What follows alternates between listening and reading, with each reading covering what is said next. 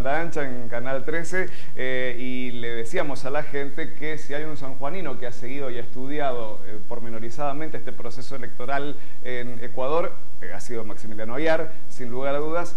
La pregunta concreta es si pasó lo que tenía que pasar. Sí, ¿qué tal, Daniel? Buenos días.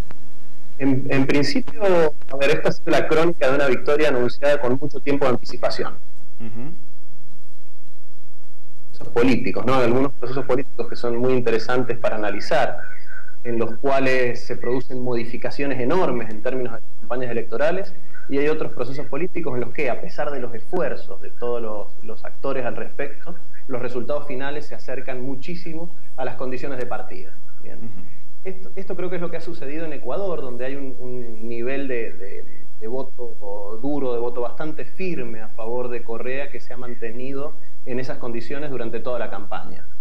Estoy hablando de una medición del año pasado, alrededor del mes de abril o mayo, que daba, y en la cual tuvimos el gusto de participar, ¿no? Que daba mayorías superiores al 50% de voto efectivo a favor de Correa. Y esto es lo que ha sucedido 9 meses después. Bien, con lo cual estamos hablando de un voto bastante firme a favor del candidato oficialista, el presidente reelecto, y de una diferencia abismal con una oposición que se ha presentado, lo cierto, bastante aislada, bastante separada unos candidatos de otros, ¿no? Creo que eso es interesante en términos analíticos.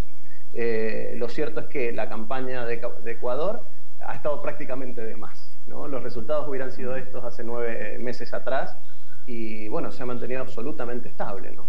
Bueno, es una lección respecto de la campaña. Esto que estás diciendo de que la campaña estuvo de más es, en definitiva, considerar que la campaña, visto desde la oposición, fue inútil. Fue una campaña que no estuvo bien diseñada y que, en definitiva, fracasó, ¿no? A ver, en principio, las fuerzas son fuerzas encontradas en las campañas electorales, ¿no? Uno hace fuerza para que subir uno y que baje el rival, y a la inversa.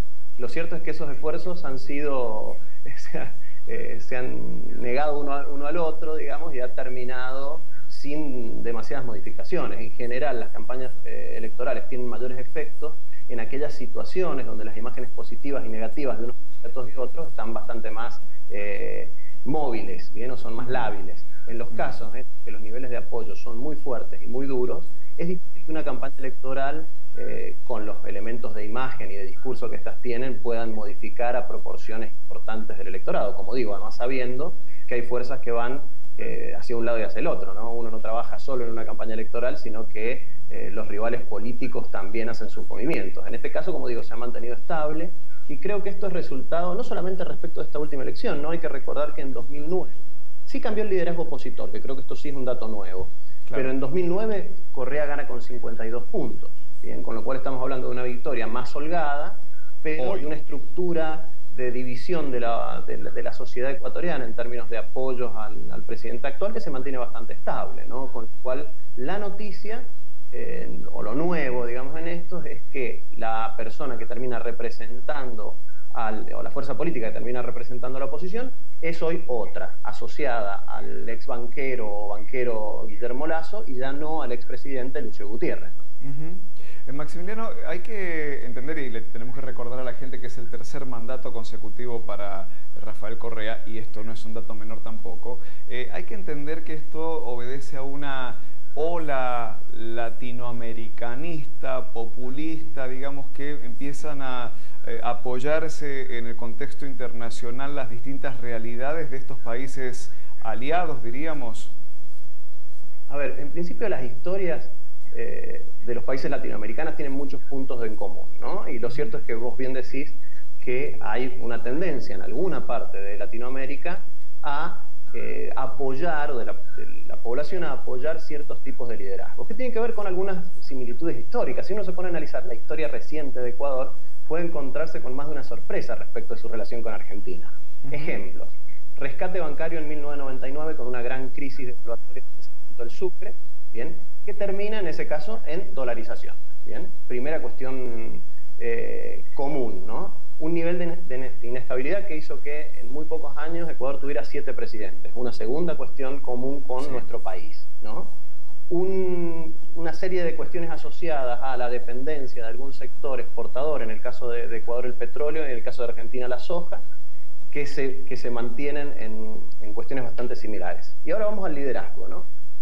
Algunos hechos políticos centrales en esto. Enfrentamiento con los grandes grupos de medios de comunicación. Existe aquí y existe allá.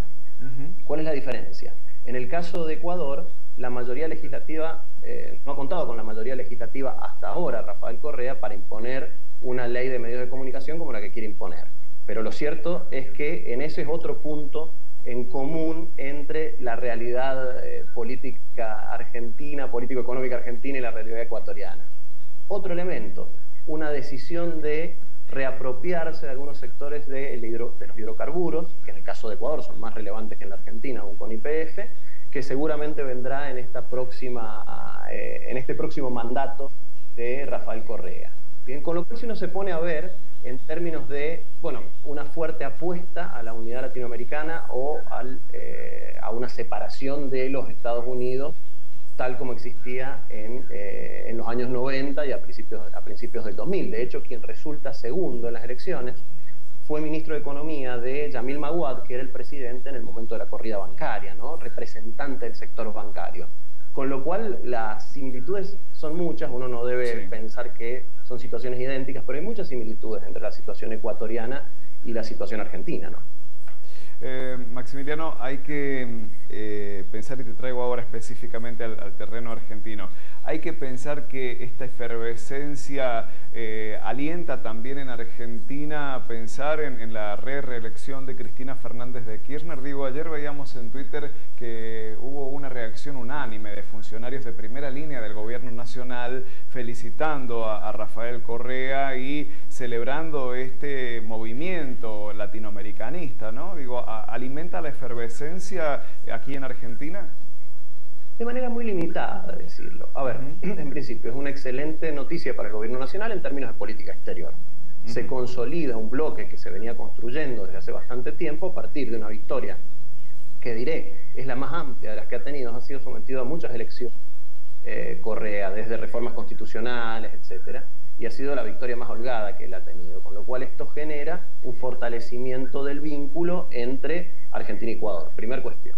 Ahora, en principio que esto pueda derivar en el entusiasmo existente de antes, me da la impresión. Sí, claro. De hecho, uno revisa los medios de comunicación, las declaraciones, y hay muchos funcionarios. No es el caso de la presidenta, ¿no? Pero hay muchos funcionarios que están haciendo una fuerte referencia a la necesidad de una reelección de Cristina. Esto implicaría una reforma constitucional, que no es un tema menor y no es un tema fácil de resolver en términos de arquitectura política, ¿no? Para esto las elecciones de este año van a ser centrales y, como digo, si bien es cierto que es una muy buena noticia para el gobierno nacional en términos de sus alineamientos internacionales, en términos de su impacto real en cuanto a la posibilidad de una reelección, me parece que el impacto es muy limitado. Ese proyecto existe seguramente, bien, al menos en algunos sectores, no puedo dar fe de su existencia, pero en algunos sectores lo están expresando de manera clara últimamente, pero su viabilidad no va a depender de demasiadas cuestiones que surjan del ámbito internacional, digo, el resultado de elecciones en Ecuador o en Paraguay que se vienen dentro de poco tiempo. Maximiliano, como siempre agradecemos este contacto con Canal 13, ya nos vamos a juntar nuevamente y en este caso para analizar estrictamente nuestro punto de partida en un año electoral que también tenemos encima. Agradecemos la buena predisposición y haber entendido un poquito mejor este proceso electoral. Un placer, como siempre, hablar con ustedes, Daniel. Hasta luego. Maximiliano Aguiar es el titular de la consultora Acierto, es sociólogo, ha estado en Quito, en Ecuador, estos meses atrás, ha estado trabajando específicamente en este proceso electoral que llegó a su fin este domingo con una victoria aplastante de parte de Rafael Correa, el presidente que ha ganado como nunca antes y en este caso para ir por su tercer mandato consecutivo. Y las analogías, las comparaciones con la República Argentina, lógicamente empiezan a aflorar y es lo que hemos analizado con Maximiliano Aguiar. Para nosotros ahora es momento de compartir nuestra síntesis de títulos nacionales.